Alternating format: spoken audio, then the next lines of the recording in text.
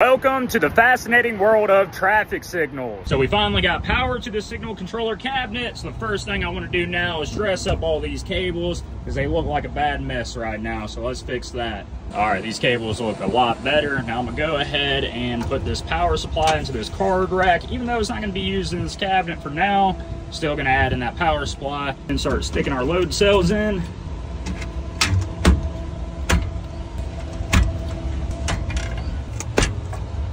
Can't forget the 2 for the overlaps.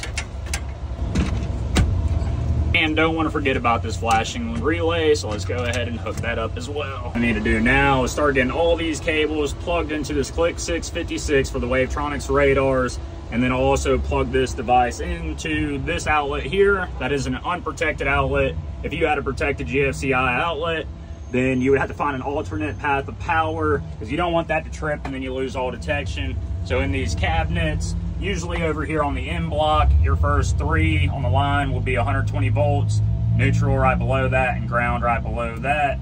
So then you would want to wire that 656 up to this block and not to an outlet. But since this is unprotected, we can plug it straight into that. Got the 656 hooked up, all the radars hooked up to it. They're coming on like they should. I'll program all the radars here in a minute.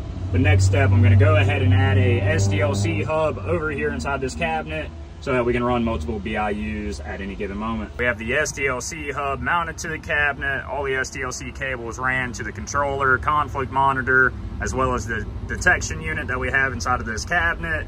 And also went ahead and mounted this network switch and PoE injector for a radio here at this intersection. This is said radio, which is also pretty fascinating. This one comes from Wireproof. Great guys, great company over there. Definitely check them out if you're looking for telecommunications at an intersection near you. But this radio, I'm gonna leave hooked up until we actually swap power out. The reason why for that is because I don't want a big hole in this existing cabinet while it's still powering the intersection. I want to keep this thing watertight and weather tight for the time being until we have our new intersection running.